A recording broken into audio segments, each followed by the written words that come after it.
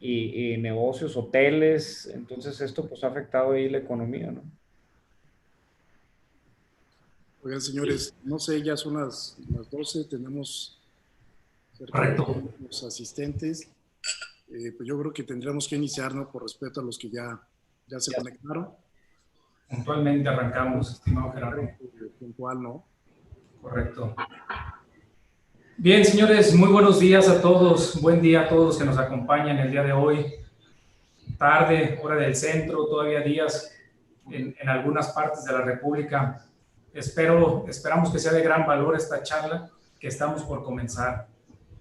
Me permito presentarme, su servidor Horacio Topete, presidente nacional de Acertis. Y para los que se preguntan qué es Acertis, o por qué el despacho que me invitó a Acertis pertenece a Acertis, me tomaré un par de minutos para contarles quiénes somos. Si me dan la oportunidad, voy a compartirles una presentación que tenemos preparada para ustedes, muy breve.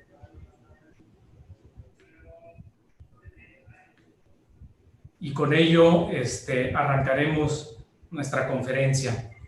Bien, pues nosotros somos una firma nacional de consultores 100% mexicana, con una visión interdisciplinaria, fresca e innovadora, con experiencia comprobada que busca la superación de sus integrantes para ofrecer un servicio de calidad y que responda a las necesidades de nuestros clientes. Primero que nada, para esta charla, quiero agradecer a todos nuestros expresidentes de Acertis, fundadores, directores de firmas, que tuvieron a bien formar y consolidar esta visión, que gracias a ellos ahora cumplimos nuestros primeros 15 años. Pues tenemos nuestra primer quinceañera, pero esto es gracias a más de 40 años de experiencia en la prestación de servicios. Ahora me toca a mí continuar y dirigir con esta gran organización para trascender con valores y el respeto por la dignidad de las personas. Nuestro compromiso va más allá de solo prestar un servicio de calidad. Somos profesionistas apasionados que siempre buscamos formar mejores personas y organizaciones. La verdad es que tenemos hoy en día una gama de servicios muy amplia, interdisciplinaria, que ponemos a su disposición nuestros 400 colaboradores, más de 400 colaboradores en las principales 12 ciudades del país, utilizando, ¿cómo llegamos a ello? Utilizando tecnologías de la información que ahora nos lo permiten y siempre hemos de priorizar la presencia física de todos nuestros socios y colaboradores. Sin más preámbulos, me permito pasar a nuestro evento que preparamos para ustedes con los cuestionamientos que nos han realizado y que hemos observado en la práctica fiscal, esperando que el formato que hemos diseñado en esta ocasión sea el más adecuado para cumplir con los objetivos.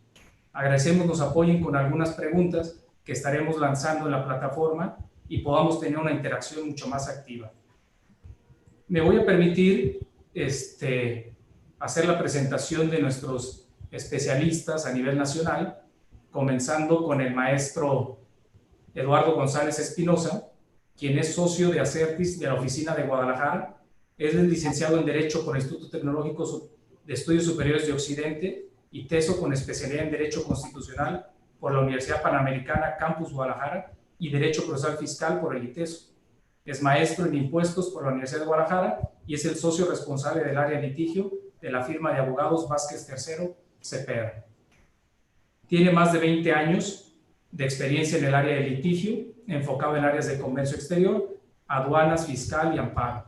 Amplio conocimiento de la industria maquiladora, hotelera e inmobiliaria de nuestro país. Bienvenido, Eduardo. Muchas gracias, Horacio. También buen día. También contamos con la presencia del maestro Rafael Chapa Peña. Él es socio de Acertis, de la oficina de Monterrey. Él es contador público por el Instituto Tecnológico de Estudios Superiores de Monterrey, TESUM. Maestro en Administración de Negocios y especialidad en Entrepreneurship por la Edge Business School, sede Monterrey. Es socio responsable del área fiscal de la firma CAF Contadores Públicos. Tiene más de 20 años de experiencia en las áreas de planeación, consultoría fiscal, estrategias de negocio y administración de negocio. Bienvenido, mi estimado Rafa. Muchas gracias. Un saludo a todos los que nos acompañan. Otro de nuestros especialistas es el maestro José Luis Pérez Arzate, socio de Acertis, Oficina Saltillo, Coahuila, contador público certificado en materia fiscal por el Instituto Mexicano de Contadores Públicos, es maestro en impuestos por la Universidad Autónoma de Coahuila, tiene una MBA por la Walden University y es socio director de la firma Pérez Arzate Consultores. José Luis tiene más de 10 años de experiencia en las áreas de auditoría, planeación y consultoría fiscal y fue consejero de Coparmex, Delegación Coahuila Sureste. Bienvenido, mi estimado José Luis Pérez, ¿cómo estás? Muy bien, buenas tardes. Un gusto saludarlos a todos. Y pues no me queda más que presentar a nuestro moderador estrella y expresidente de Acertis, el maestro Gerardo Plasencia Chavarín. Les platico, Gerardo es socio de Acertis de la oficina de Ciudad de México, aunque es de Guadalajara. Radica en la Ciudad de México con una oficina muy importante. Es contador público certificado por el Instituto Mexicano de Contadores Públicos, con especialidad en Derecho Fiscal en la Universidad Panamericana Campus Guadalajara. También es maestro en impuestos por la Universidad de Guadalajara y actualmente es el socio director de Ordux Tax Consulting. Gerardo tiene más de 28 años de experiencia en las áreas de planeación y consultoría fiscal. Fue presidente de Acertis Nacional por el bienio 2018-2019 y es consejero en varios grupos empresariales. Dentro de lo que me gustaría destacar es que es conferencista de varios temas legales y fiscales en las principales universidades en diferentes regiones del país y es coautor del artículo de análisis del YETU e IDE emitido por el IMCP. Bienvenido, mi estimado Gerardo, gracias. Muchas gracias a todos, bienvenidos. Y bueno, Horacio, también me permito presentarlo. Pues Horacio es actualmente el presidente de Acertis y es en quien todas las firmas que agrupamos esta asociación consideramos que es uno de las personas idóneas para llevar a cabo el rumbo de esta asociación, y la muestra de esto es la organización de este evento. Felicidades, Horacio, y gracias por la participación. Y bueno, yo creo, vamos entrando en materia. No sé si tú, Horacio, quieras mencionar el tema del cómo llevar a cabo la plática, ¿no? Totalmente, si me lo permites, te agradezco mucho, Gerardo, y estamos todos para servirnos entre nosotros y a nuestros clientes principalmente. Gracias, gracias. Bien, les voy a explicar un poco la dinámica de nuestra sesión que hemos programado para ustedes, en donde se desarrollará en 2 etapas. En la primera etapa, nuestro moderador Gerardo explicará las razones del tema, lo contextualizará y definirá las principales problemáticas que representa este estudio que estamos realizando respecto a los avisos de socios y accionistas al RFC y las plataformas digitales. En una segunda etapa también se desarrollará en 2 rondas, en la que estaremos analizando el artículo 27, apartado B, fracción sexta del Código Fiscal de la Federación, en la que cada panelista contará con un tiempo máximo de 7 minutos para dar respuesta a las preguntas expresadas que realizará nuestro moderador. En la segunda, dialogaremos respecto a los servicios prestados a través de las plataformas tecnológicas y la forma para pagar las retenciones establecidas. Cada panelista también contará con 7 minutos para dar respuesta a las preguntas que haga el moderador. Entre cada participación se abrirá un tiempo de 2 minutos para que los panelistas dialoguen sobre la posición planteada. Esperamos sea una dinámica que pueda aportar mucho y que sea de beneficio para todos. Los asistentes podrán formular las preguntas a través de la plataforma aquí en Zoom. Ahí pueden ver que tenemos una opción de preguntas y podrán ser respondidas al final de cada etapa. Agradecemos que sean breves para que éstas puedan formular el mayor número de preguntas posible. Sin más preámbulos, cedo el uso de la palabra a nuestro moderador, Gerardo Plasencia Chavarín. Por favor, Gerardo. Gracias, nuevamente bienvenidos. Y antes que nada también quiero comentar que espero que en este escenario de pandemia ustedes se encuentren bien, al igual que sus colaboradores y familia, y que lo más importante de todo es que nos cuidemos para que pronto podamos salir de esta situación. Y bueno, hoy en día traemos un tema de controversia. Este tema, en principio, podríamos decir que es un mero trámite, pero han surgido una serie de reglas y transitoria de una regla que ponen de manifiesto que no es lo mismo lo que el legislador plasmó en la ley a lo que realmente la autoridad administrativa pretende. Y bueno, esto se refiere a los avisos de socios y accionistas al Registro Federal de Contribuyentes. Una obligación que en principio es, insisto, algo sencillo. Hoy en día todas las personas físicas y morales están inscritas en el RFC, todos tienen ya su fiel, su firma electrónica, entonces podría ser algo que no tendría sentido que llamara la atención. Sin embargo, vamos a ver más adelante cómo las cosas empiezan un poco a complicarse y a tener ciertos efectos, los cuales queremos ser muy puntuales. Y esto del registro de socios y accionistas, como un antecedente, en el Código Fiscal hasta el 31 de diciembre de 2019 ya se preveía en el segundo párrafo de este artículo el que los socios y accionistas tenían obligación de inscribirse en el Registro Federal de Contribuyentes. Es decir, no es una obligación nueva. Esta obligación ya venía y venía simplemente como obligación del accionista, no de la persona moral de la cual formaban parte. Esa es una pequeña diferencia. ¿Qué sucede en el 2020? Bueno, una reforma para este ejercicio. El artículo 27 hacen una serie de reformas donde clarifican el artículo y empiezan a ponerlos en apartados. El primero que son los sujetos y las obligaciones. El apartado B son el catálogo de obligaciones. El apartado C se refiere básicamente a las facultades de las autoridades y en el último de los apartados son los casos especiales. Entonces, es en el apartado A, una fracción segunda, donde nos señala, oye, las personas morales tienen las obligaciones a que se refiere la fracción sexta del apartado B. Y precisamente vamos a entrar ya en materia de lo que se refiere esta fracción. Y me gustaría aquí escuchar primeramente la participación de nuestro socio en Monterrey, Rafa Chapa. ¿Cómo nos puede sintetizar los fundamentos y en qué consiste básicamente esta obligación?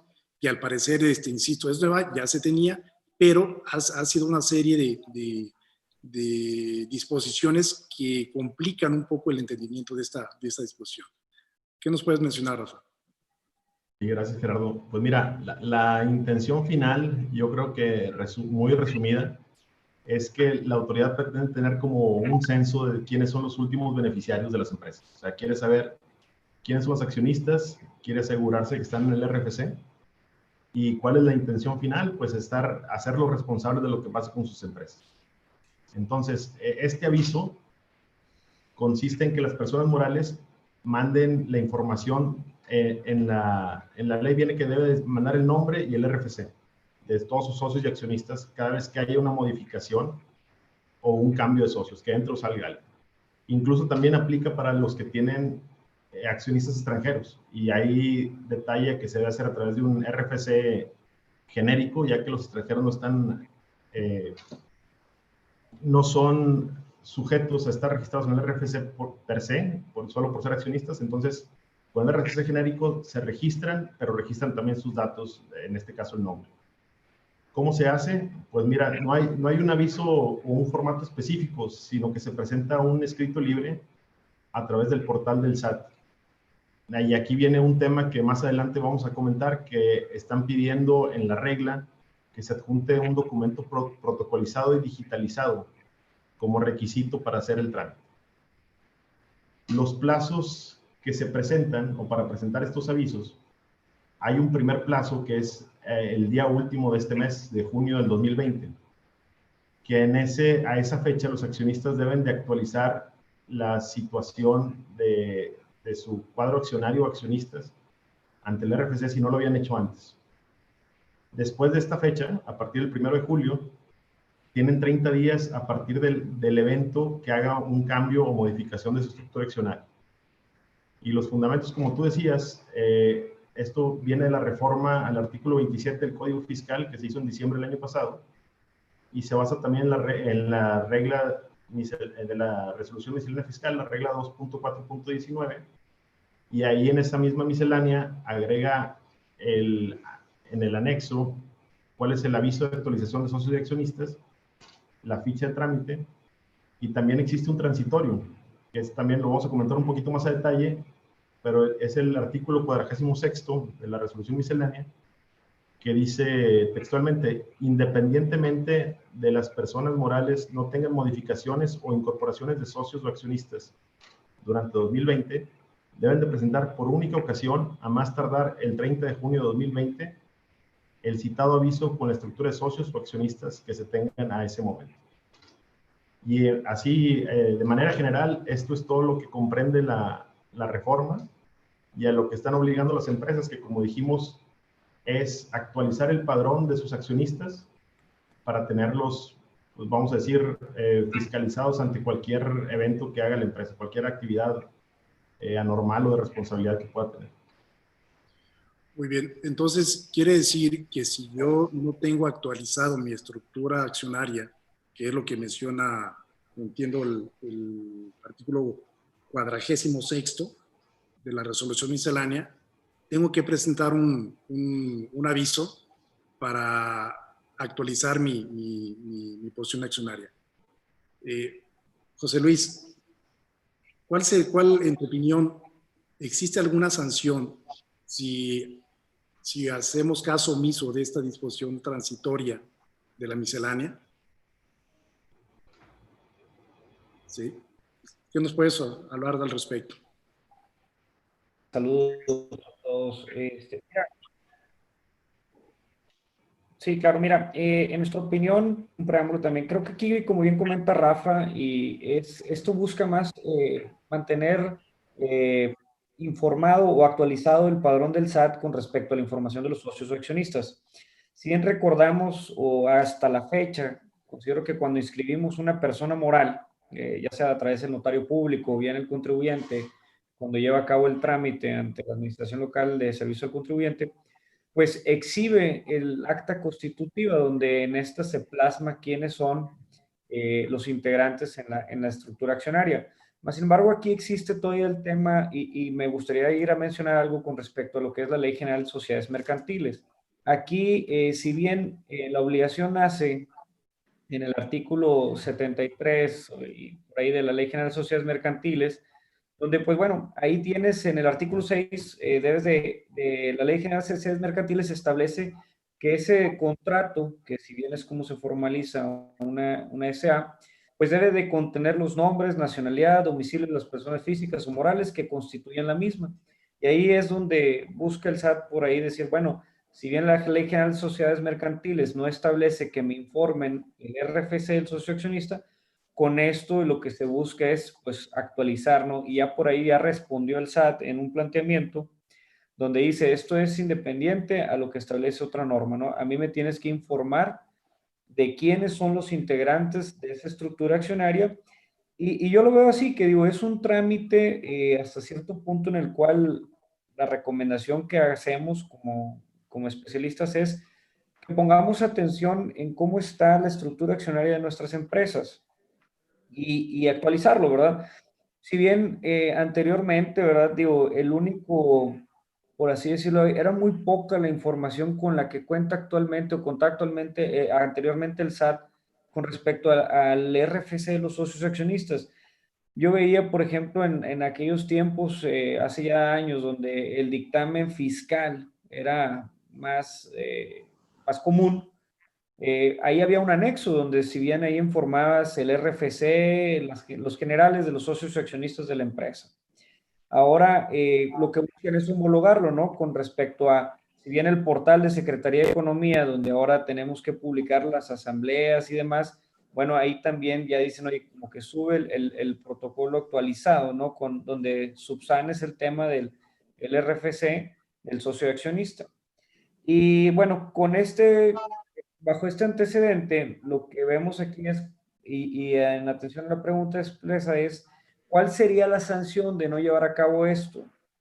Bueno, aquí la sanción, pues caeríamos en el supuesto que establece por ahí el numeral 79 del Código Fiscal y se establecería conforme al 80 también, fracción quinta y sexta del mismo, donde la multa iría desde los 3,450 hasta los 34,570 pesos. Entonces, esa sería ahí la sanción a la cual sería acreedor en dado caso de que no atendamos esta nueva disposición, lo cual, pues bueno, yo creo que aquí el tema es en materia de cumplimiento, en tema de la obligación del contribuyente, de actualizar e informar ¿verdad? ¿Cómo, quién integra la estructura accionaria de las empresas?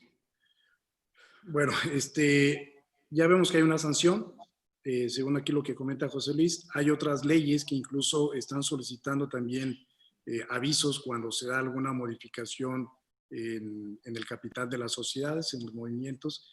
Pero no sé, Eduardo, desde tu punto de vista legal, en el caso de que no se presente este aviso, en donde ya mencionó la multa José Luis, ¿cuál sería el mecanismo, en tu opinión, de defensa, si es que lo hubiera, en contra de esta sanción?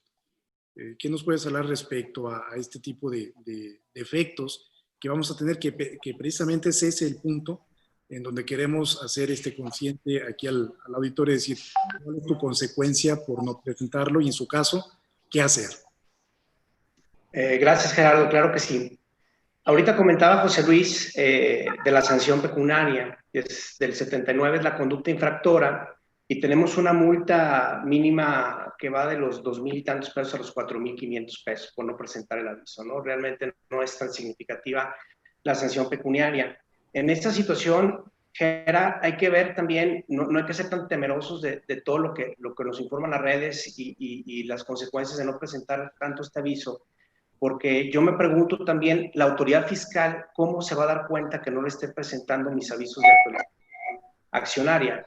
Es muy difícil que ellos, a priori, a partir de la vigencia de la norma, se den cuenta o no de que existan los cambios a una disposición accionaria, salvo que ejerzan facultades de fiscalización, que ya van a tener como un requisito revisar en las auditorías quizás, y probablemente con el tiempo extiendan comunicación con los registros públicos para las inscripciones correspondientes donde exista la modificación accionaria.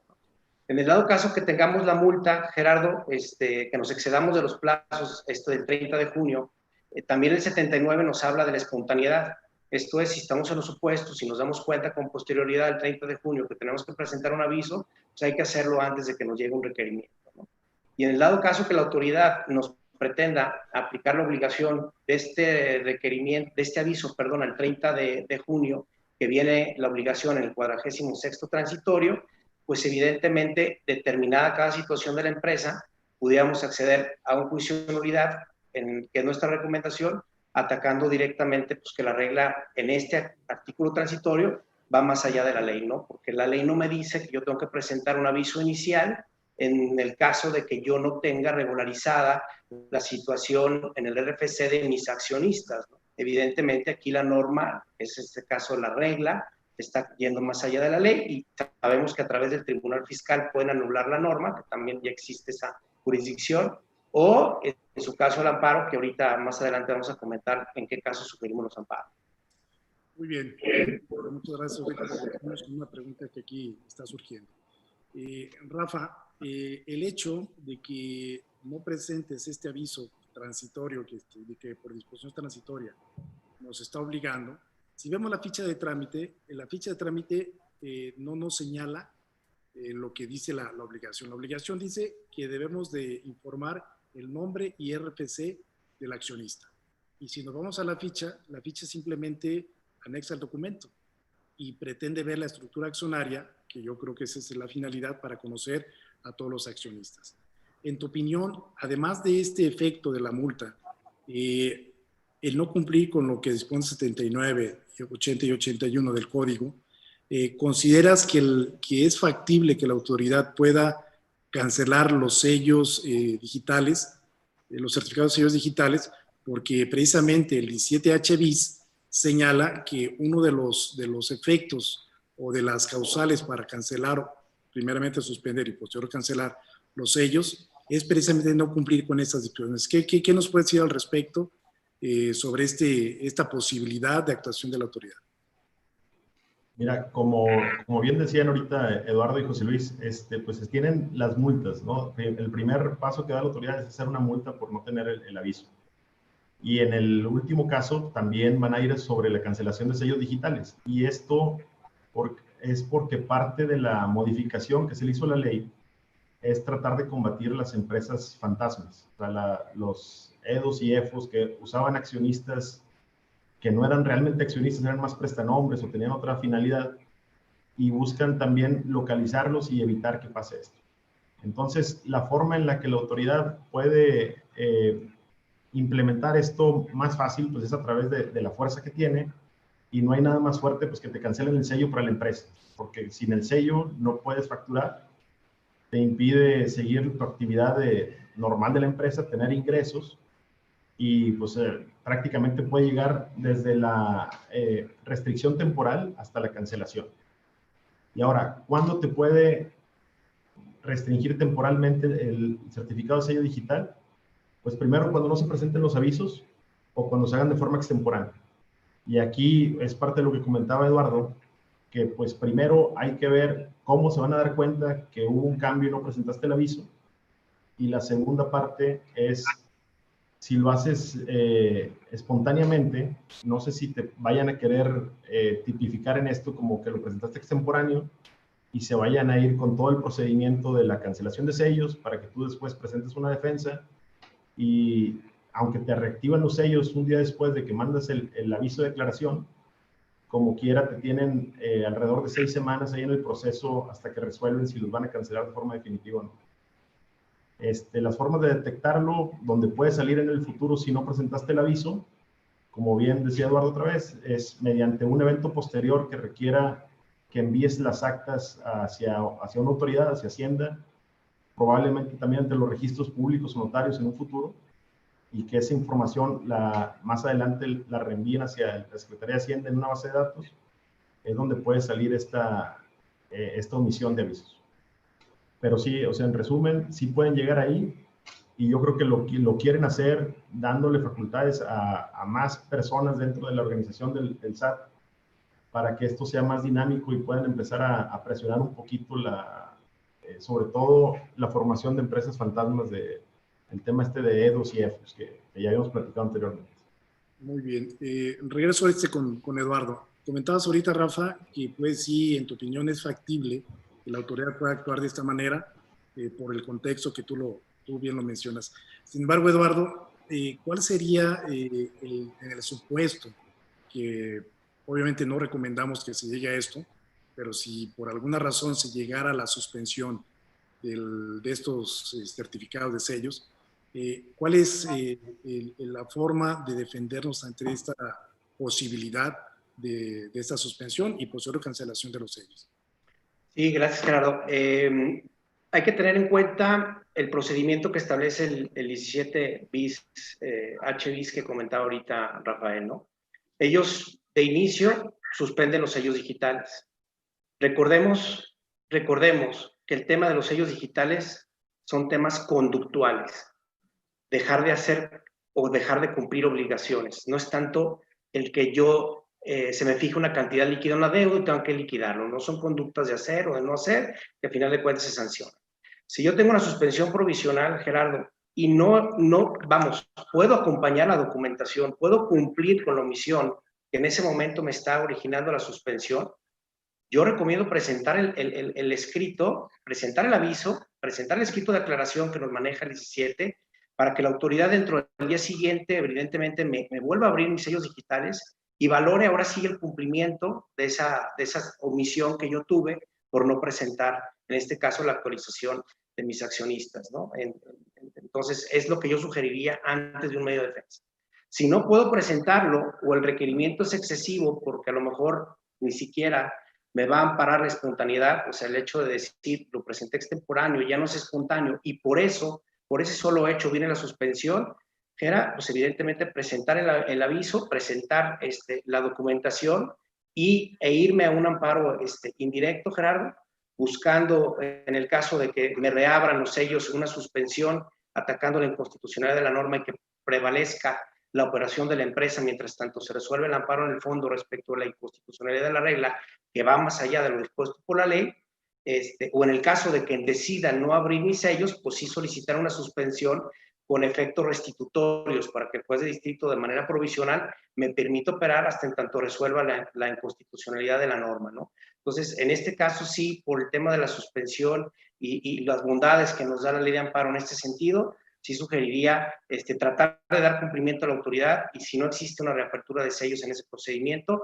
antes de la cancelación, presentarme amparo con la suspensión. Muy bien, Eduardo, muchas gracias.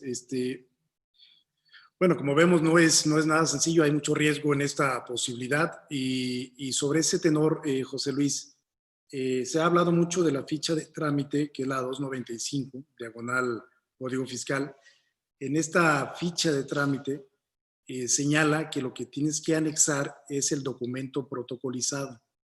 Un documento protocolizado no te da opción a más documentos, es muy puntual.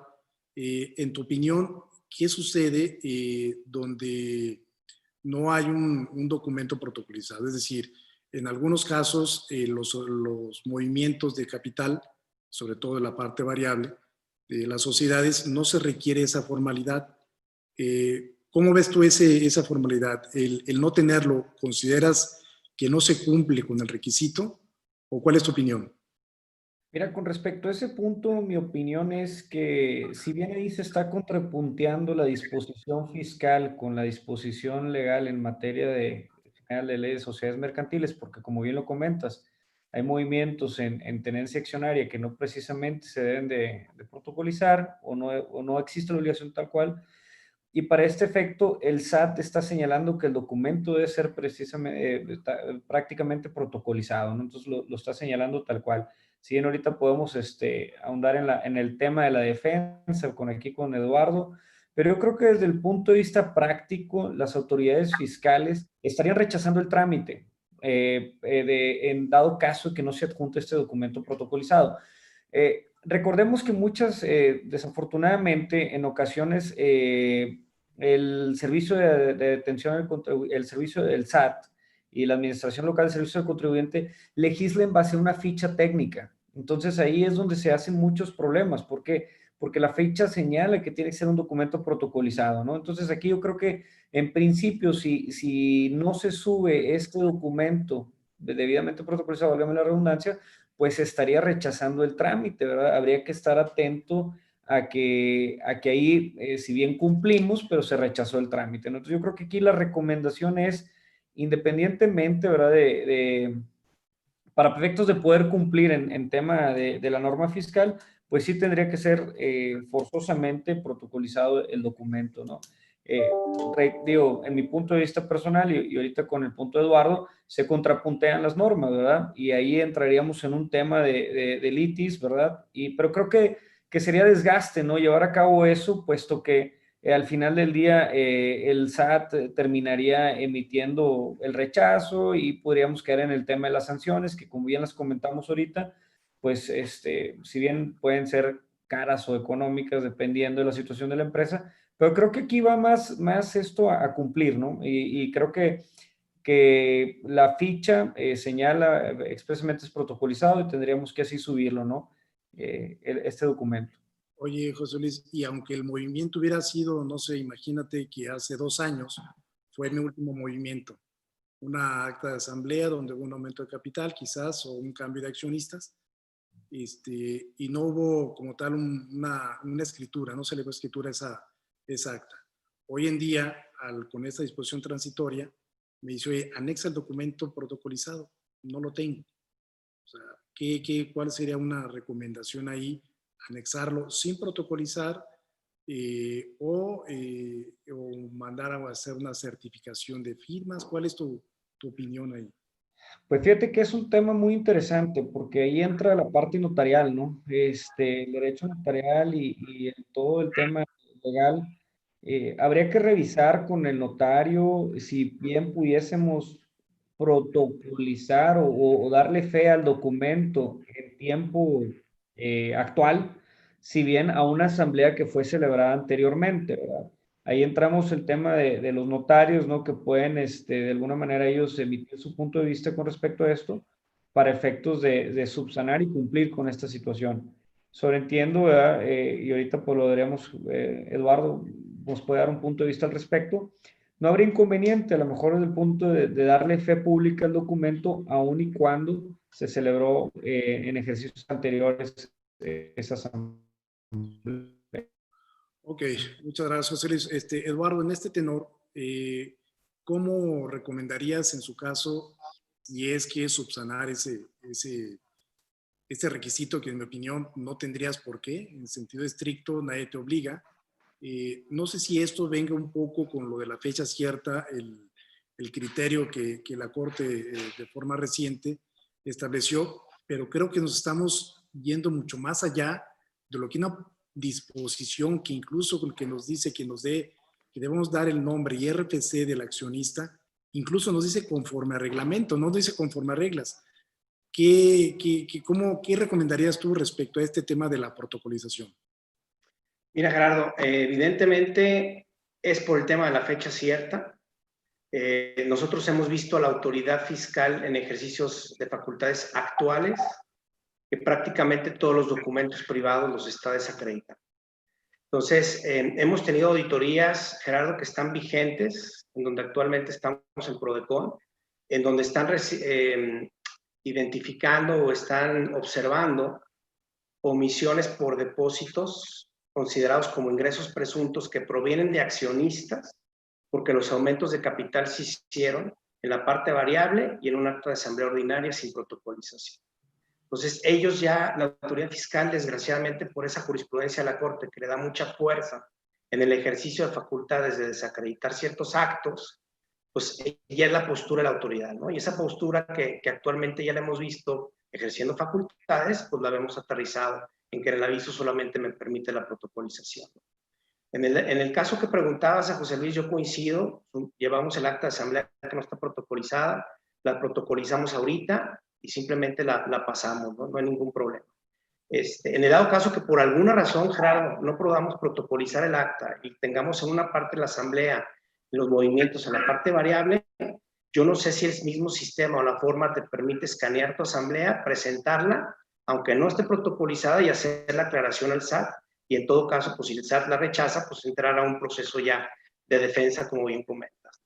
Sería otra posibilidad, pero también para efectos prácticos, coincido con José Luis, que si no tenemos por qué esconder ciertas cosas, pues alinearnos al criterio del SAT, porque sabemos que si no, va a ser observado en un acto de molestia. Muy bien. Bueno, pues como ustedes ven, realmente es un tema donde de algo tan sencillo derivó en obligaciones que no vienen dentro del propio código, pero que sin embargo, si no las cumplimos, tenemos efectos como es una posible cancelación de los sellos, que sin eso, ustedes saben, pues prácticamente queda sin operación la empresa. Entonces, creo que hay muchas preguntas, Horacio. No sé si tenemos un espacio para interactuar con este tipo de cuestionamientos que nos hacen aquí los asistentes para poder cerrar este tema, porque definitivamente, digo, es sencillo, pero nos da para más tiempo, pero tenemos el siguiente tema por abordar. Totalmente, mi estimado Gerardo.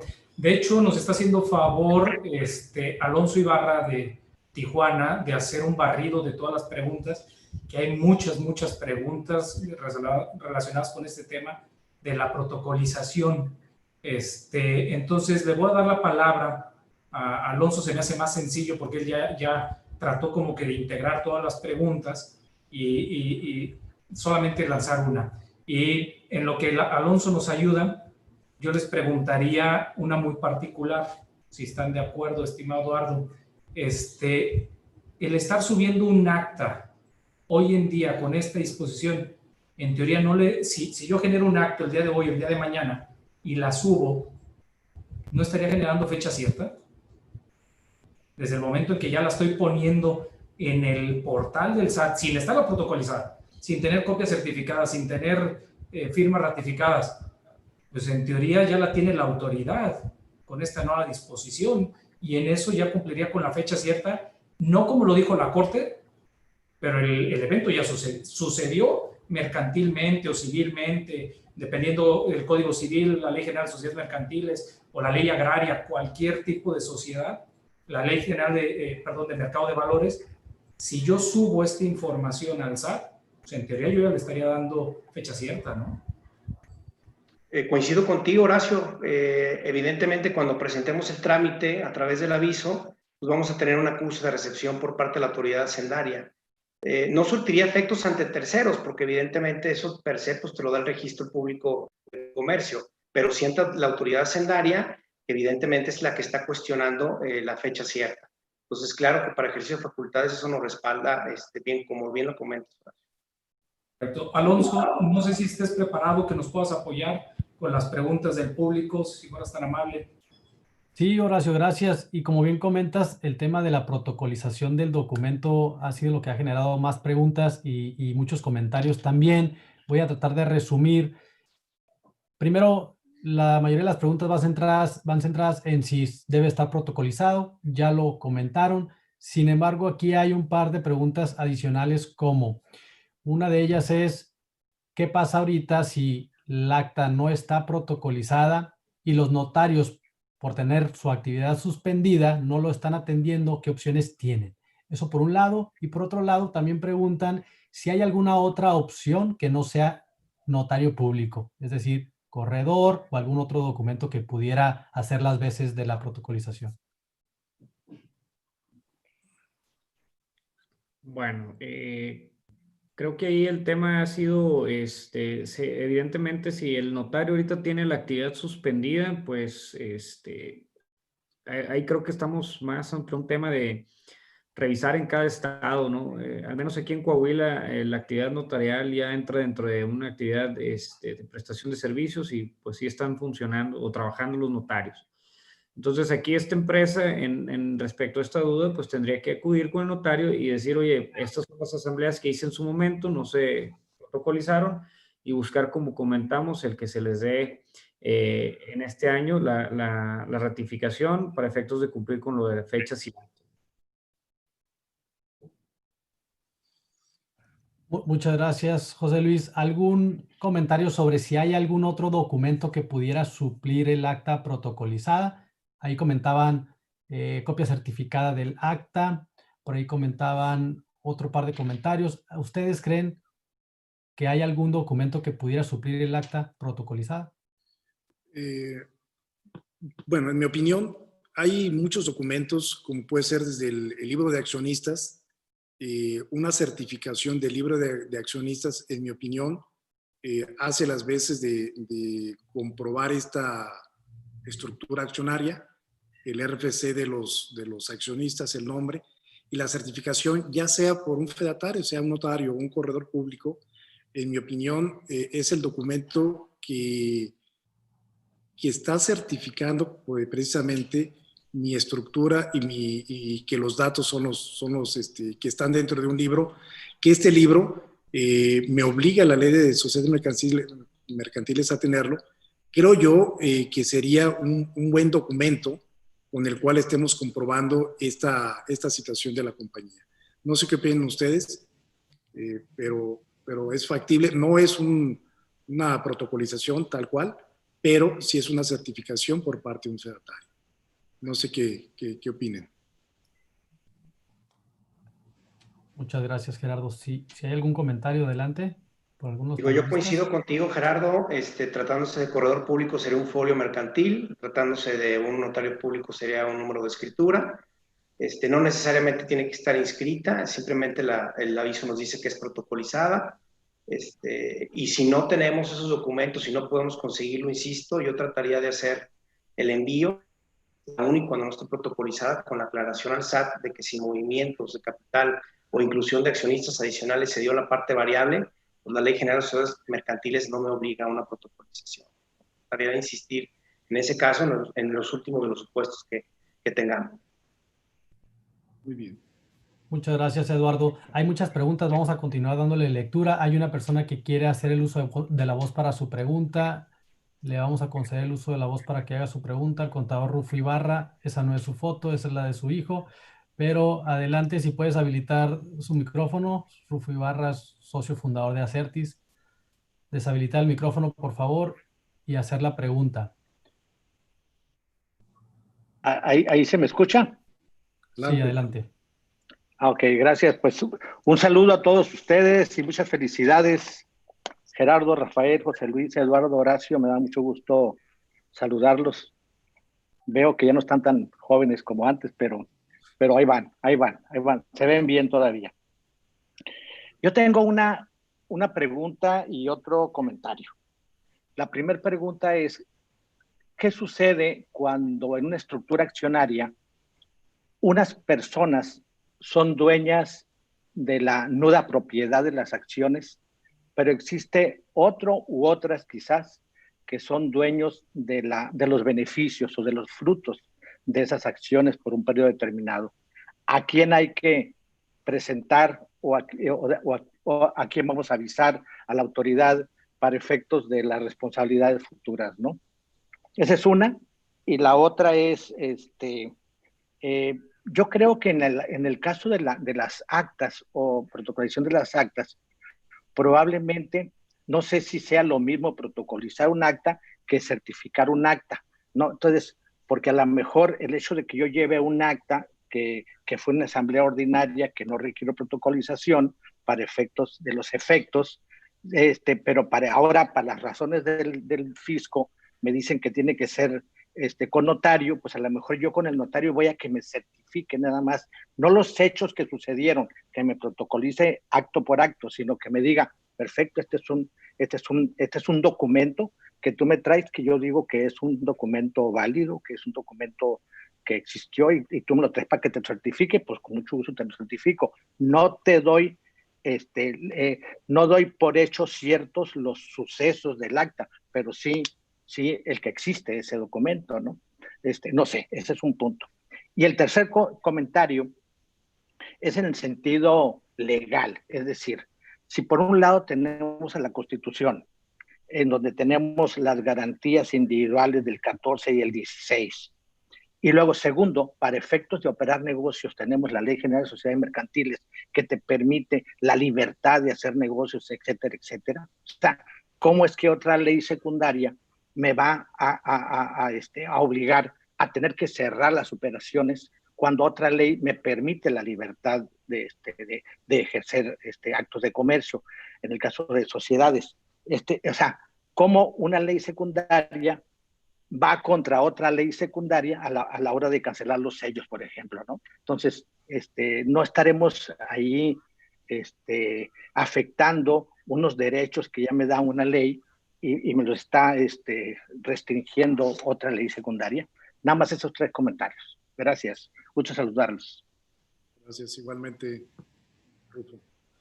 Bueno, si gustan en la primera, la puedo responder. En mi opinión, quien tenga la nuda propiedad, para todos los efectos, es el propietario. El que tiene los usufructos simplemente gozará, en su caso, de los dividendos. Por lo tanto, en mi opinión, el propietario y a quien tendríamos que estar informando es quien tiene la nuda propiedad. ¿Sí? No se coincidan. No sé, Eduardo, si quieran contestar alguna otra. Bueno, ahí con respecto a esa pregunta coincido, evidentemente es el propietario es el que tiene que informarse con respecto a esta nueva disposición.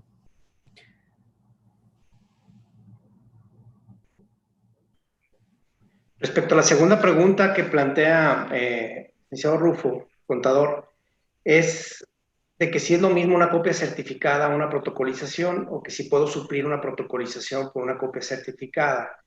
Es complicado porque cuando el formato nos habla de protocolizar es pasar ante la fe de un notario público, en este caso, la asamblea de los accionistas, e insisto, la protocolización lleva un número de escritura pública tratándose de si lo pasamos ante notario o de un folio mercantilización ante corredor, ¿no? Entonces, estrictamente la copia certificada no hace las mismas funciones de la protocolización. Y respecto a su tercer pregunta, en mi opinión, coincido completamente con el contador Rufo. La ley especial es la Ley General de Sociedades Mercantiles y esa especialización, como lo hemos comentado, no puede ir más allá la legislación fiscal de pedirme que en un acta de asamblea ordinaria que cumpla con los requisitos del capítulo de la sociedad anónima, en la parte variable, si yo tengo una adición de nuevos socios, tenga que protocolizar, es lo que ya hemos platicado, ¿no? Evidentemente, la regla, el aviso, todo esto va más allá de las normas fiscales. Hay que ver, volvemos al mismo comentario, si puedo dar cumplimiento hay que hacerlo por practicidad, como dice José Luis, y si no, pues mandarlas ordinarias con la aclaración correspondiente y esperar el acto de autoridad en todo caso para defendernos, ¿no? Si optamos o no tenemos otra salida diferente a enviar el documento protocolizado. No sé, Horacio, en los tiempos creo que sí debe haber demasiadas preguntas. No sé. Y caray, fíjense que se ha generado demasiado. Perdón, José Luis, adelante. Fíjate que, si me permiten, digo, y bien breve, hay una pregunta que se me hace muy interesante, que es la de cuál procedimiento seguir en el supuesto de que alguno de los socios accionistas fundadores hubiera fallecido y se hizo constancia de eso.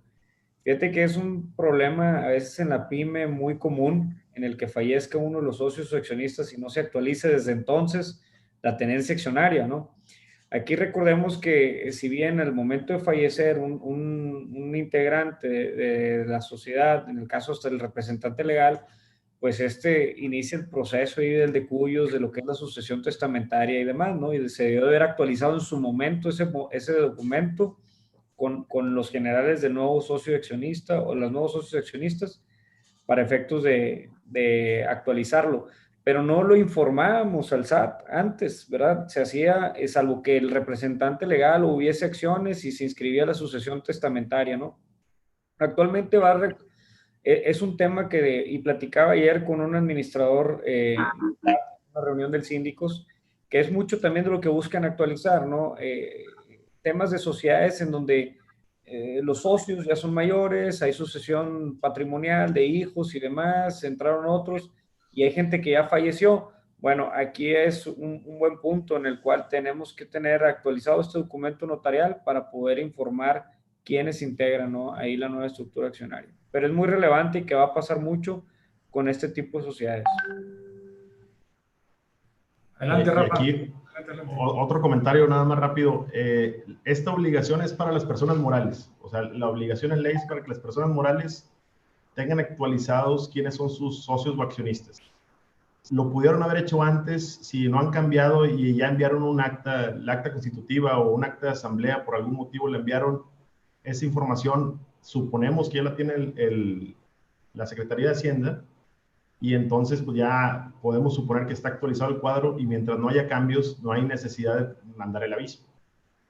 Y luego también el fin de este ordenamiento es que estén registrados los socios o accionistas en el RFC. Entonces también podemos ver que si un socio o accionista ya se registró en el RFC y ya lo teníamos contemplado en el acta constitutiva, podríamos dar como un hecho que ya está actualizado en el registro del SAT. Y lo que decían ahorita, que a veces se contraponen, pues también este tipo de avisos ya se presentan a la Secretaría de Economía. Entonces ahora lo está pidiendo también el SAT para complementarlo. Gracias, Rafa. Nada más una pregunta que se repitió mucho, que creo que es fundamental, nada más es cómo se pueden dar cuenta si la información ya está actualizada en el SAT.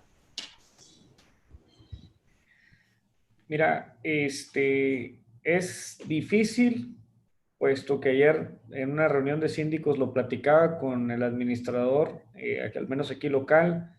Ellos dicen que en la plataforma del SAT, consultando ahí a través de tu portal, puedes revisar, pero no consultas y no revisas la estructura accionaria tal cual. Obtienes solamente los generales del representante legal. Entonces, no hay, yo creo que aquí en la empresa es nada más el documento que él tenga, el último, y el SAT no lo sabe, por eso nos lo está solicitando para actualizarlo, y yo creo que en un futuro poder tener acceso a esa información ya en la página como tal. Yo quisiera agregar ahí un último comentario respecto a este tema. Creo que todos coincidimos en que el objetivo, finalidad de esta obligación es el entregarle esta estructura accionaria a la autoridad. Hemos escuchado casos recientes de medios de fiscalización por parte del SAT, por no llamarlo de otra manera, donde sientan a los representantes al consejo de administración para efecto de presionarlo en cuanto a ciertas estrategias o ciertas omisiones o supuestas omisiones, para hacer un diálogo directo con los accionistas y poderlos conminar a que paguen o actualicen sus obligaciones fiscales. No quiero pensar mal, pero viniendo de todo este tipo de nuevos esquemas, esa sería una de mis conclusiones, porque la obligación, lo que realmente el proceso legislativo estableció, oye, solamente dame el nombre y RFC de tu accionista, eso es todo, y conforme al reglamento. Y hasta ahí dejó la disposición. El reglamento no está actualizado. Hay una regla que va más allá. Además, hay una disposición transitoria que todavía nos da una obligación adicional, ¿sí? Entonces, todo esto definitivamente, aunque no queramos pensar mal, creo que por ahí va. Yo simplemente les diría, si tenemos los documentos, no hay nada que ocultar, por el estilo, hay que presentarlo, hay que cumplir, porque de no hacerlo, tenemos una consecuencia que puede ser incluso mucho más costoso el que nos puedan suspender o cancelar los sellos a cumplir con esta obligación. En caso que por alguna razón no sea posible, simplemente hay medios de defensa, hay que tenerlos en cuenta y con muchas posibilidades, creo yo, de éxito, porque es muy evidente la falta de legalidad de esta disposición. ¿Sí? No sé, por el tiempo, creo que sí tenemos que... Quedan muchas preguntas, lo platicábamos previo a la conferencia, ¿qué vamos a hacer con tanta pregunta? Y lo decía Eduardo, creo que vamos a tener que compilar todas estas preguntas y hacer un boletín de Acertis y poder contestar cada una de ellas como boletín, donde podamos resumirlas y se las podamos enviar a la brevedad, no sé, a lo mejor en un lapso de una semana, si estuvieran de acuerdo, nos comprometemos entre los 5 a poderlas elaborar y dárselas. Por ahí también emitimos una pregunta para poder interactuar con ustedes y decía si hay modificación de la tenencia accionaria, ya sea por incremento o disminución de capital, se deberá presentar aviso al RFC. Y mostramos los resultados, el 69% cree que sí. Y bien lo puntualizabas tú, Gerardo, pues lo único que quieren es el RFC, no en sí la tenencia accionaria. ¿Qué quiere decir eso? Que si siguen siendo los mismos accionistas, si hay algún incremento de capital o una disminución de capital, lo que se movió fue la tenencia accionaria, pero no hubo cambio de accionistas. Y la percepción de la gente es que sí hay que presentar aviso. En mi opinión, muy particular, que puede ser cuestionada definitivamente, es que no. Solamente cuando se enajenen acciones, cuando se cancelen o se salga de la sociedad, se vendan, se donen las acciones, en esos casos creo que es importante presentar los avisos, pero lo dejo a que lo respondamos en el boletín, si están de acuerdo, y continuamos con el otro tema para no hacerlo muy largo y cansado. ¿Qué les parece?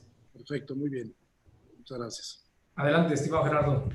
Muy bien, bueno, pues el siguiente tema pareciera ser que la frase de que nos cayó como anillo al dedo es precisamente para las plataformas o la economía digital. La economía digital no es una disposición, no es una reforma que propiamente nuestro fisco hubiera implementado. El origen de esta reforma de las plataformas digitales viene porque México es parte del grupo de los ricos, de un grupo de G20 que le llaman. A través de este grupo se reúnen para establecer medidas de intercambio de información, de medidas fiscales, para efecto de que en todos los países que pertenecen a este grupo establezcan este tipo de medidas para que la tributación no se escape nadie de estar tributando en el país en donde está generando la riqueza. Y precisamente el año pasado en Japón se reunió este grupo G20 y enfatizó sus reformas en la materia de lo que es el comercio electrónico. ¿Qué sucede con este comercio electrónico? Están preocupados porque en muchos de los casos ya la forma digital que hoy tenemos, pues obviamente no sabemos de en dónde está la persona que está generando el ingreso. Sabemos en dónde está el consumidor, pero no sabemos en dónde está la persona que está generando ese ingreso. Y bien, para eso se establecen una serie de medidas en la acción 1 de BEPS, que BEPS es la figura, las medidas a través de las cuales establecen mecanismos para evitar la erosión de la base del impuesto. En esta acción se empiezan a implementar ciertas medidas. México no es punta de lanza en esta materia, incluso en Sudamérica ya hay esquemas de retención a estas plataformas digitales, y el objetivo precisamente era que estas plataformas pudieran pagar el impuesto donde están generando el ingreso. Sin embargo, como vamos a ver más adelante, esto tropicalizado ya a México no sucedió como tal, ¿sí? Y bueno, ese es el la antesala del por qué esta reforma en materia de economía digital. Y para esto me gustaría, José Luis, si nos puedes sintetizar para efectos de impuestos sobre la renta, en qué consiste este nuevo capítulo que se establece, en donde hay una captación de contribuyentes que en mi opinión es bueno, mucha economía informal a través de estas plataformas ya va a empezar a pagar impuestos, pero que quisiera que nos puntualizaras para efecto de impuestos sobre la renta en este momento, ¿en qué consiste ese cambio? Creo que lo tienes en mute tu micrófono. Perdón. Si bien comentas todo este tema de tributación internacional y de ampliar la base de contribuyentes, pues bueno, ¿quiénes son objetos de este cambio? Para estos efectos, la nueva resolución contempla a las personas físicas y a las personas morales, que son los que están ahora bajo este tenor con la obligación de conformidad con la regla de solicitar su inscripción al RFC. En el caso de las personas físicas deben solicitar su inscripción al RFC de acuerdo con la ficha de trámite.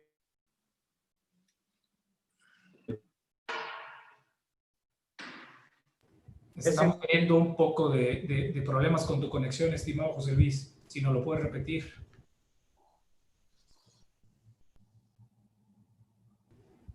Adelante, José Luis, perdón.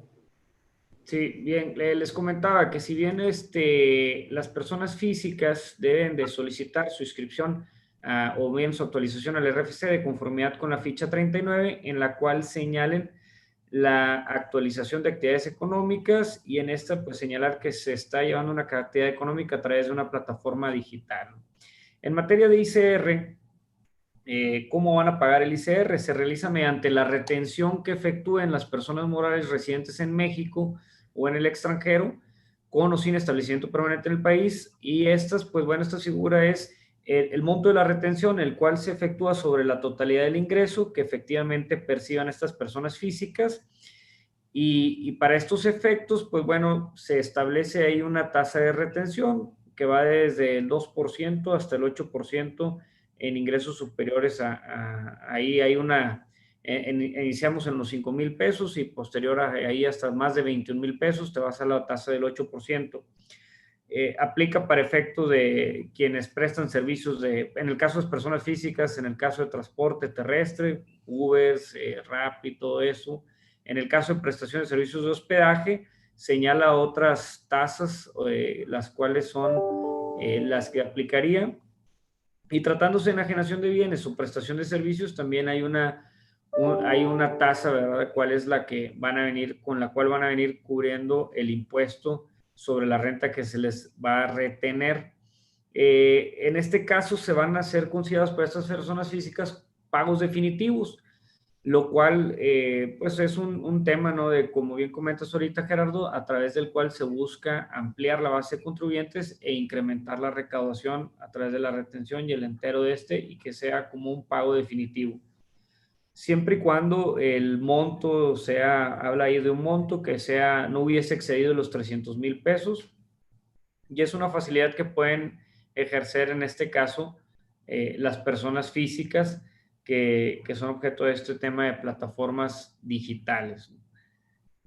Si bien es el tema general de cómo cómo estarían cumpliendo estas personas físicas con el pago del ICR, creo que lo más relevante es aquí que entra a ser a través de la retención y se considera como un pago definitivo, y ahí es como estarían cumpliendo. Muy bien, entonces quiere decir que a partir de este año 2020 y precisamente entra en vigor el 1 de junio. Es correcto. Este nuevo mecanismo para que las personas físicas que enajenan bienes o prestan servicios o otorgan el uso o goce, como son a través de que siempre y cuando esto lo hagan a través de las plataformas digitales. Es decir, si yo estoy rentando algún bien inmueble, que utilizo una página que todos ustedes conocen, esta va a ser la que me va a estar reteniendo dependiendo del ingreso que yo obtenga a través de esa plataforma. Eso es para efecto de impuesto a la renta. Pero para efecto de IVA, Chapa, Rafael, No sé qué nos puedas comentar o complementar respecto a este nuevo esquema para quienes enajenan bienes o prestan servicio o incluso para otro tipo de plataformas digitales.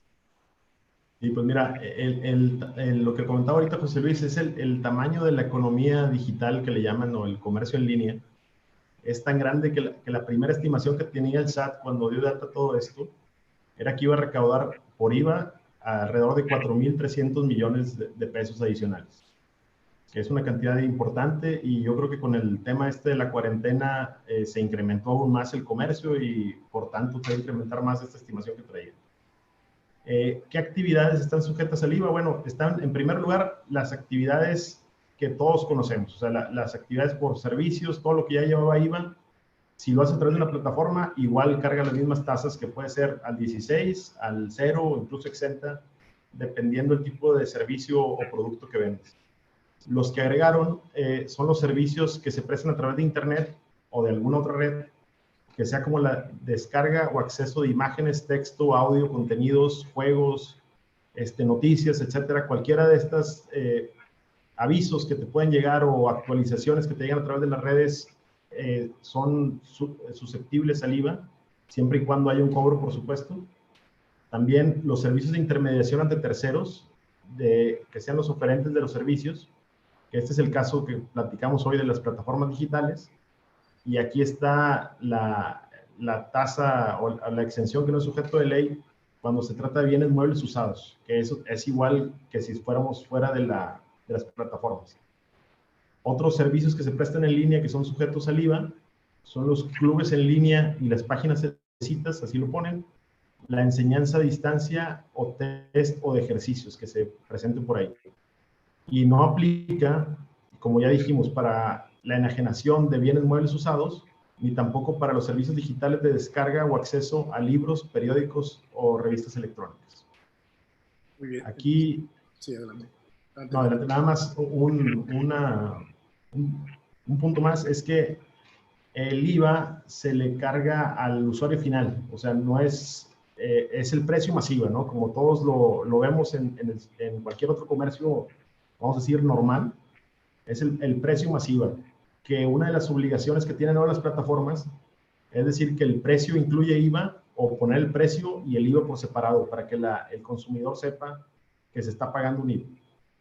Y la plataforma, al pagarle a la persona que ofrece el servicio o vende el bien, le va a retener la mitad del IVA, o sea, el 8% si está registrado con el RFC y se lo proporciona a la plataforma, y en caso que no le proporcione el RFC, la retención es del total del IVA, es decir, del 16% de la operación. Quitando los servicios que se prestan al extranjero, donde el consumidor final es extranjero, ese se considera el 0% y es exportación. Lo que platicamos ahorita, aplican las mismas reglas que para servicios tradicionales, y en ese caso no habría retención. Muy bien. Entonces, por una parte tenemos quienes hacen esta actividad a través de las plataformas, habrá esta retención, sea dependiendo de la que corresponda, el 8% o el 100% del IVA que en su caso estén trasladando. Pero también hablabas de lo que son los servicios digitales que se prestan a través de estas plataformas, en donde, ¿cuál es el efecto práctico para el consumidor? Es decir, nosotros tenemos ahí Netflix, que hoy por hoy es un medio que todo el mundo, o gran parte de la población que está confinada utiliza. Hoy en día ellos simplemente hasta antes del 1 de junio nos cobraban una cantidad, ¿sí?, a través de una tarjeta de crédito, y nunca sabíamos dónde estaba realmente, quién estaba cobrando o dónde se iba ese cobro. A partir de esta reforma ya los están grabando con IVA, pero ese IVA obviamente pues simplemente nos lo van a trasladar como consumidor. Si por algún tipo de servicio nos trasladan ese IVA, ¿tendríamos nosotros el derecho de acreditar ese IVA? Mira, aquí lo que planteó el SAT es que para las empresas o intermediarios que están en el extranjero y sus clientes son mexicanos, y al prestar servicios, como en este caso Netflix, ellos tienen que emitir un comprobante con las reglas de su territorio específico. En este caso sería, yo creo que Estados Unidos es donde tiene la base de Netflix. Entonces va a ser con la información que le piden en Estados Unidos, lo tiene que poner, pero tiene que agregar el IVA que está cobrando IVA bajo. Sí. Entonces, ese comprobante no es precisamente un CFDI, pero sí es un comprobante fiscal. Lo puede utilizar el usuario para acreditar el IVA, siempre y cuando sea un servicio que se considere indispensable. O sea, lo mismo vamos a la ley. Si es indispensable, pues sí lo puedo poner como una deducción y acreditar el IVA. Perfecto. Muy bien. ¿Nos podrías, ya estando en este tenor, Rafa, de forma muy general, cuáles son las obligaciones para estas plataformas? Sí, mira, para las plataformas se enfocaron principalmente en los que están basados en el extranjero, porque, digo, lo normal sería que las que están en México ya deben de cumplir con todos estos requisitos, pero son inscribirse en el RFC como retenedor y tramitar su firma, designar un representante legal en México que se encargue del cumplimiento de todas estas reglas. Lo que platicaba ahorita de que tienen que publicar el precio separando de forma expresa el IVA o poner la leyenda que dice IVA incluido. También tienen que emitir los comprobantes tanto al usuario final como a quien le retienen dinero en el caso de las transacciones de compraventa. Tienen que enterar mensualmente las retenciones. Y yo creo que una muy importante que a lo mejor nos ha pasado un poquito fuera del radar es que otra de las obligaciones es proporcionarle al SAT la información de sus clientes, que les piden el RFC, CURP, domicilio, monto, y en el caso de las plataformas de hospedaje, les piden también la dirección del inmueble que están rentando. Entonces también por ahí va a haber yo creo que al final un amarre de la Secretaría de Hacienda con la gente que debería estar declarando para fiscalizarlo, ¿verdad? Que es el fin último de todo esto. Muy bien. Muchas gracias, Rafa. José Luis, regreso contigo. Se publicaron en fechas recientes la primera resolución miscelánea y hubo diversas reglas que afectan a este nuevo esquema de tributación. ¿Nos podrías mencionar las más importantes que deben de tener en cuenta para efecto de enterar aquí a nuestro público o qué es lo que deben de considerar? Lo tienes en... ¿Qué tal?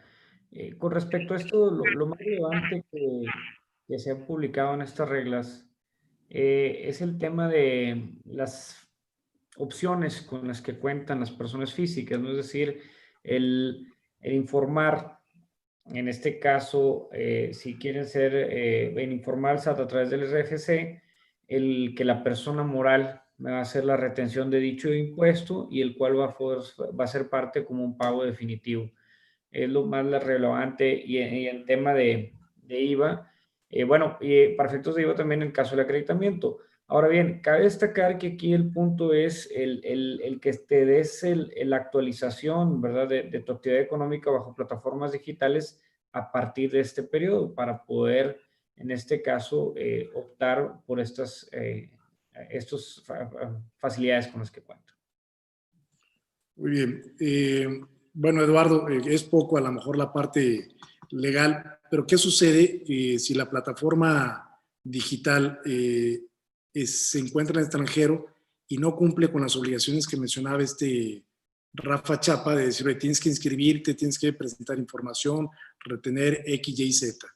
Si por alguna razón no llegara a cumplir, ¿qué facultades tiene la autoridad para requerir u obligar a este tipo de plataformas? La amenaza extranjera solamente. La amenaza de que lo saquen del aire nada más. De que lo saquen del aire, de que lo bloqueen su IP, de la llamada al proveedor, de que se dé de alta para cumplir con sus obligaciones fiscales en México, ¿no? Porque evidentemente pues está extraterritorio el tema fiscal para obligarlas literalmente el cumplimiento de sus obligaciones en México, ¿no? Entonces, evidentemente, como es algo muy nuevo, como tú lo platicaste, no me queda la menor duda que va a haber acuerdos internacionales para tratar de que los países en donde se obtienen los beneficios recauden, además del IVA, pues quizás una parte de los ingresos que se están generando en México por la utilización de esas plataformas digitales, ¿no? Pero hasta ahorita no veo cómo el fisco federal pudiera exigirles, dentro del marco de la ley y dentro del marco de la regla, el que se inscriban. Aquellos que se inscribieron y que dejen de cumplir con el tema de las retenciones, pues al final de cuentas por eso designan un representante en México, ¿no? Como lo comentaba bien Rafa, que va a ser el encargado de velar el cumplimiento de las obligaciones por parte de esa persona moral residente en el extranjero.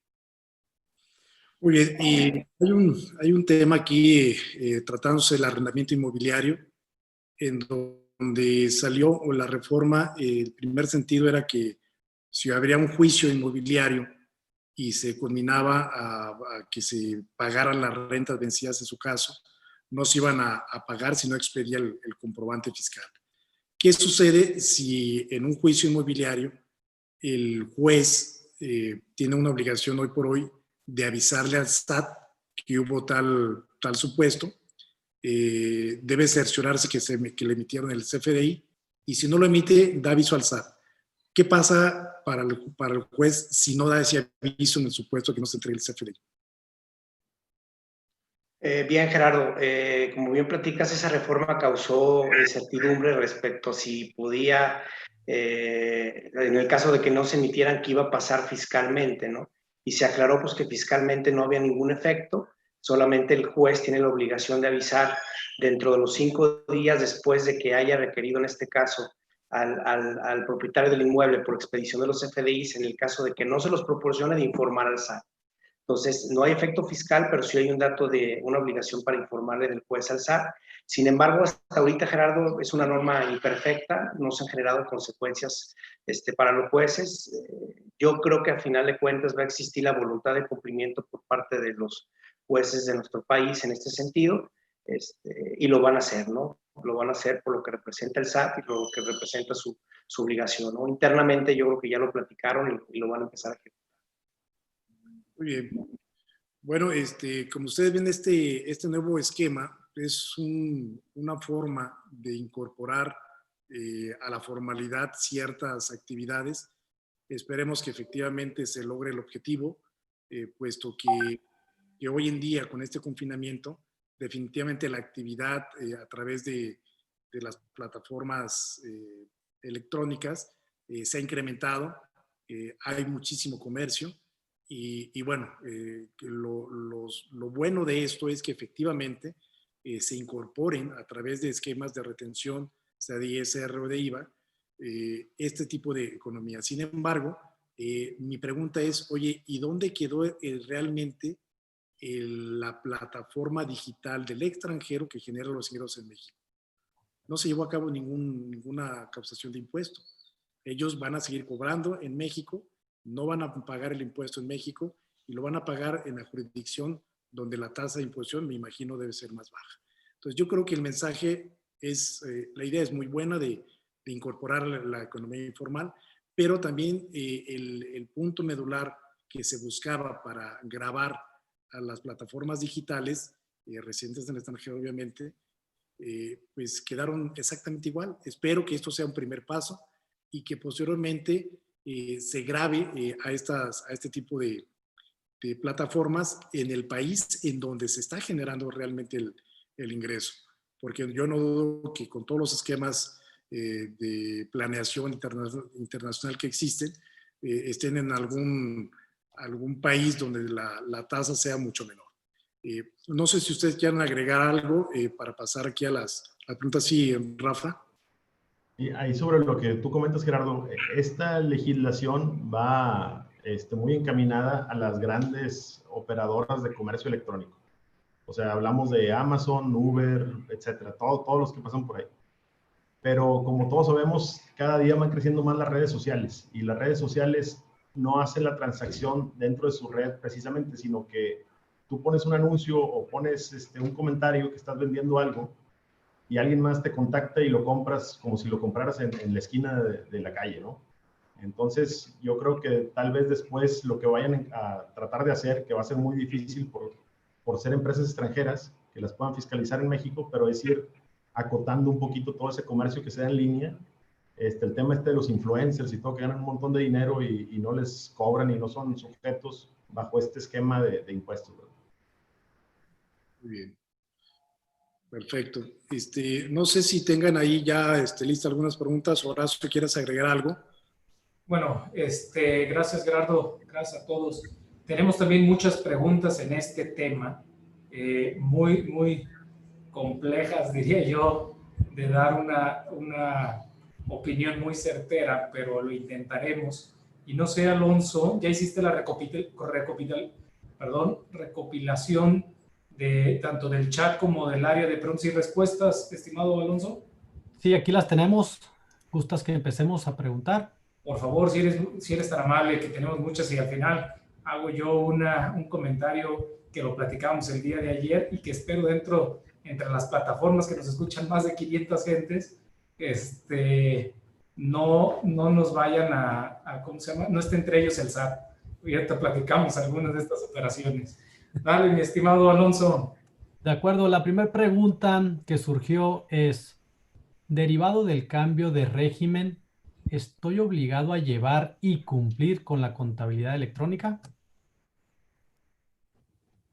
A ver, mi estimado José Luis.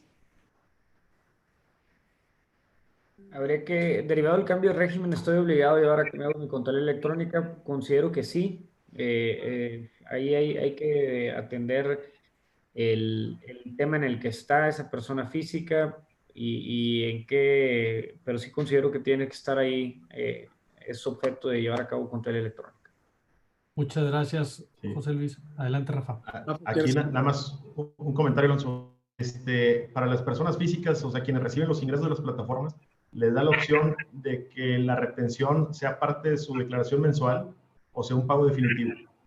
Si optan por el pago definitivo, tienen la obligación de mantenerlo por 5 años, pero no tienen que hacer declaraciones, incluso no tienen que hacer la declaración anual. Entonces, tal vez si no tienen que hacer declaraciones, no necesitan llevar a la contabilidad electrónica per se, pero lo vamos a confirmar ahí después en el boletín que les circularicemos. Muchas gracias por el complemento, Rafa. Pasamos a la siguiente pregunta y dice así, ¿un sujeto del impuesto digital también aplicaría para educación en línea por una universidad nacional o extranjera?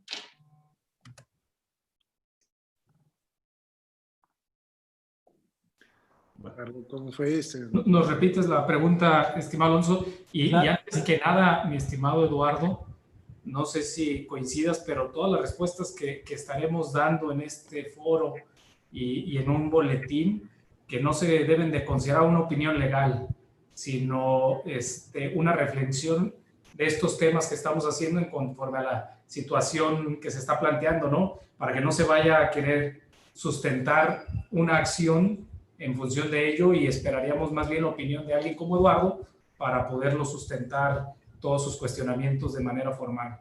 ¿Estás de acuerdo, verdad, mi estimado Eduardo? De acuerdo, Horacio, sin duda, así lo haremos. Bueno, repito la pregunta y tiene que ver con si el impuesto digital le aplica a las universidades que brindan educación en línea, ya sean nacionales o extranjeras.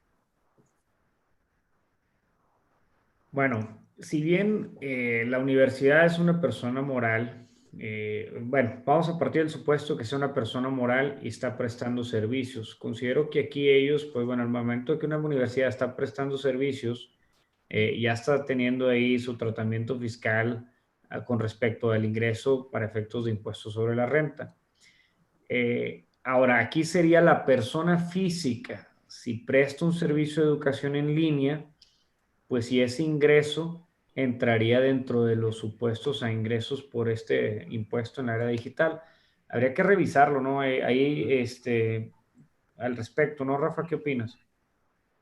No, sí, de acuerdo. Acá viene claramente que los servicios a través de Internet son sujetos, en el caso de lo que platicaba yo del IVA, viene ahí que la enseñanza a distancia. Entonces, como tú dices, pues esto va encaminado hacia las personas físicas. Entonces, nada más hay que confirmar que sea así, o de confirmar que la regla aplique solo a personas físicas, porque también ahora con el tema del distanciamiento, pues vamos a tener cada vez más actividad en línea de todo tipo, incluso la enseñanza. Y nada más un complemento. Si es una universidad, la universidad por sí misma, pues habría que ver su régimen, ¿no? Pero si está dando clase en línea, sus ingresos los tiene que declarar en forma normal. Claro. Entonces, simplemente es a través de la plataforma. Y en su caso, si fuera alguna persona física, en mi opinión es cuando entra este régimen de retención. De acuerdo. Muchas gracias a los tres por sus comentarios. Seguimos con las preguntas. Cuando un usuario cualquiera descarga una aplicación como Netflix y me pide seleccionar un país y yo pongo cualquier otro país que no sea México, ¿estaría evitando el cobro de impuestos? Pues mira, ¿Sí quedó claro? Yo creo que ahí te lo amarra mucho dependiendo de la plataforma, pero muchas plataformas van con la tarjeta de crédito. Entonces, con la dirección de la tarjeta de crédito es donde establecen tu domicilio y serían las reglas que aplicaran en cada caso. Pero tienes que revisar cada plataforma cómo lo aplica.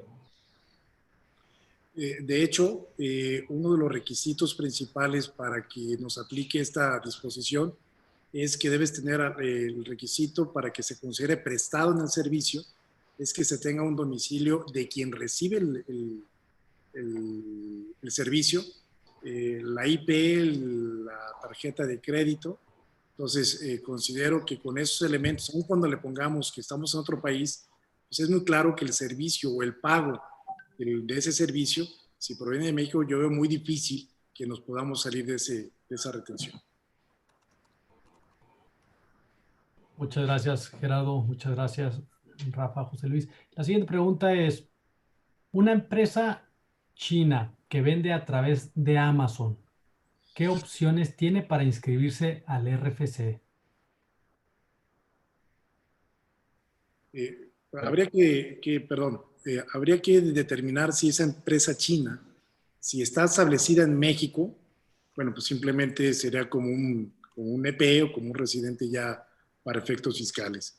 Si simplemente comercializa a través de estas plataformas, bueno, pues aquí la plataforma le tendría en su caso que hacer algún tipo de retención, pero porque en materia de IVA. Pero en mi opinión, si quiere inscribirse, pues tendría que estar como un EP aquí en México. No sé qué opinan ustedes. Sí, de acuerdo. Aquí, otra vez, volvemos que en la parte que platicamos del impuesto sobre la renta, esto aplica para las personas físicas. Entonces, una empresa extranjera, pues que es el que presta el servicio o vende el bien, no está requerida a inscribirse, sino la plataforma que es el intermediario en las transacciones. Y en el caso del IVA, como dice Gerardo, el IVA se lo cobran al comprador, al que presta el servicio extranjero le pagan el precio sin IVA y el IVA lo enteran a la Secretaría de Hacienda. O sea, no tiene necesidad de registrarse.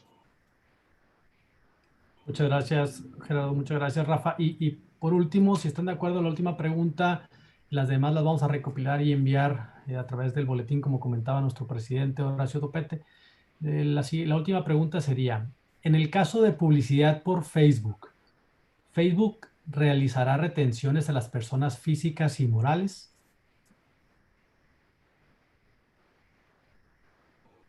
Bueno, aquí también es un poquito lo que platicaba ahorita en las redes sociales.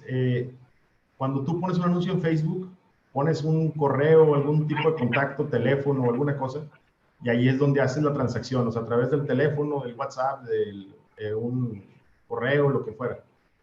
Estas medidas, lo que estábamos platicando durante la presentación, van encaminadas a cuando la plataforma cierra la venta. O sea, por ejemplo, Amazon te cobra y Amazon le paga al del servicio. En el caso de un anuncio, pues nada más aparece el anuncio en la red social y el resultado del anuncio no está enterado Facebook si vendió o no vendió, ¿verdad?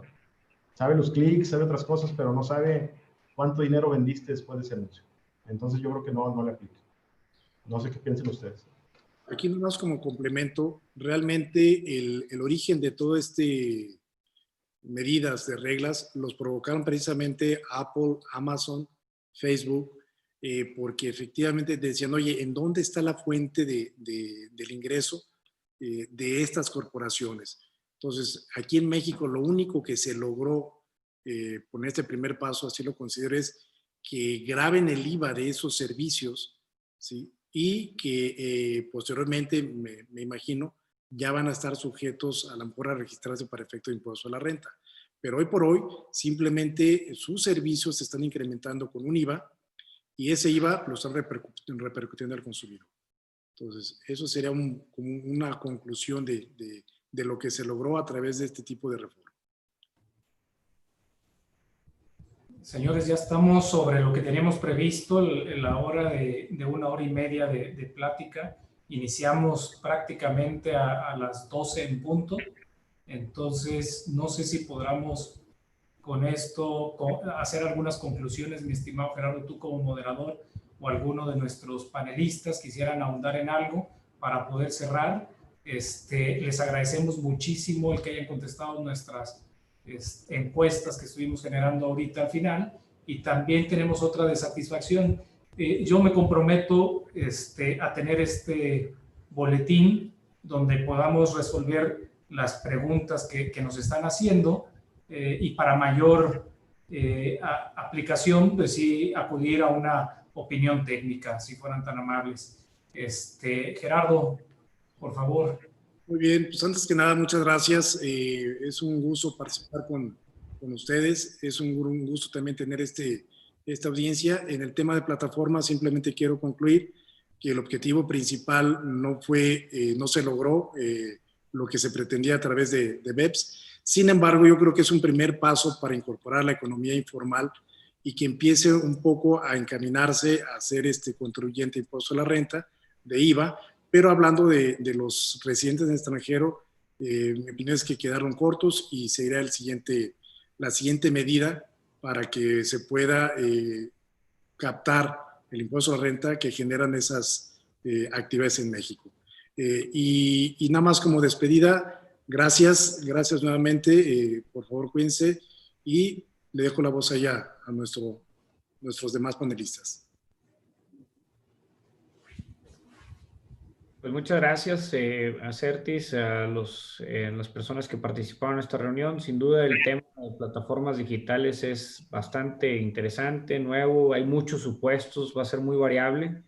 Mas, sin embargo, bueno, que en este primer avance, ahí lo que vamos a obtener o lo que se busque es nada más poder ampliar un poco más la base de contribuyentes. Creo que el tema de recaudación faltaría ver para efectos de dónde realmente va a quedar ese ICR, ese IVA, pero el objetivo se va cumpliendo, como dice Gerardo, pero ha quedado corto. Y el tema de avisos al RFC, pues bueno, la invitación de mi parte es cumplir. Creo que es un tema más de cumplir. Si no tenemos ahí algún tema relevante en una planeación ni nada, es sano cumplir e informar a la autoridad para evitar una sanción al respecto.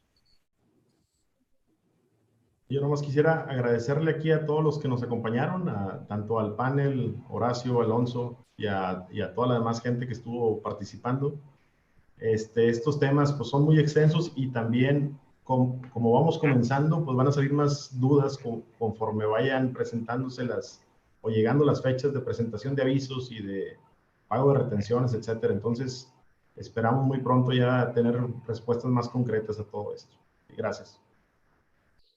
Igualmente, pues gracias a todos, gracias a Certis. Creo que es nuestro primer evento, tiene bastante audiencia, tuvo bastante audiencia, preguntas, y nos comprometemos, como dice el presidente, a generar un boletín para aclarar todas y cada una de ellas, y que a todo el mundo nos concluyamos pues con éxito esta exposición. Buenas tardes. No, Gerardo, algunas palabras antes de finalizar. No, nada más agregar nuevamente el tema de estas sesiones. Aquí tuvo la iniciativa de nuestro presidente Horacio. Nos gustaría incluso subir temas que sean de un tratamiento muy concreto, que no sean muy extensas las pláticas y que podamos de alguna otra forma apoyar a todos los que nos están viendo, a todas las empresas, para que pueda ser un cumplimiento fiscal correcto y que mediante esta vía interactuar y bueno, no hay más que agradecer nuevamente y los esperamos en la siguiente charla. Ojalá nos manden ahí algunos comentarios de qué tema son los que gustarían que conversáramos nuevamente, incluso para invitar también a especialistas en caso de que no lo tengamos dentro de la firma. Muchas gracias nuevamente. Hasta luego. Gracias, mi estimado Gerardo. Creo que fue brillante tu participación como moderador. Espero en las próximas poderte escuchar como panelista. Me encantaría porque tienes una manera de decir las cosas muy precisas, al igual que nuestros demás panelistas. Espero aceptes la invitación para seguir formando parte de ello. Mi querido Eduardo, mil gracias. Agradecido porque hayas puesto todo de tu parte para ello. José Luis, hasta Saltillo, un gran abrazo. Sé que fue difícil podernos conectar para lograrlo, pero para mí fue un gran éxito. Rafa, como siempre, tú sabes, hermano, lo bien que disfrutamos hacer todas estas pláticas. Espero que sigamos en ello, que tu papá se sume en la siguiente también. Para todos, les agradecemos. Estaremos generando más contenido. Constantemente trataremos de estar evolucionando. Esperamos les haya gustado y daremos lo mejor de nosotros. Muchas gracias. También nos escribió por aquí José Castillo, dice: excelente presentación, hágalo más seguido. Así será. Tenlo por seguro, mi estimado José. Nos siguen dando felicitaciones. Felicitaciones directas al contador José Luis Pérez. Tienes fans, mi estimado. Muchas gracias. Felicitaciones a los 5. Gracias a ustedes, muy amables. Nos vemos pronto. Un fuerte abrazo. Perdón, nada más antes de terminar, nuestro gran colaborador Alonso, que está atrás de cámaras, por favor, gracias por tu coordinación y esperamos también la siguiente nos puedas apoyar. Carlos González. Con gusto. Carlos González, Alonso, fueron gran parte de este reto que lanzamos y que tuvo para mí mucho orgullo. Señores, pásenla muy bien. Buen fin de semana. Gracias a todos. Bye.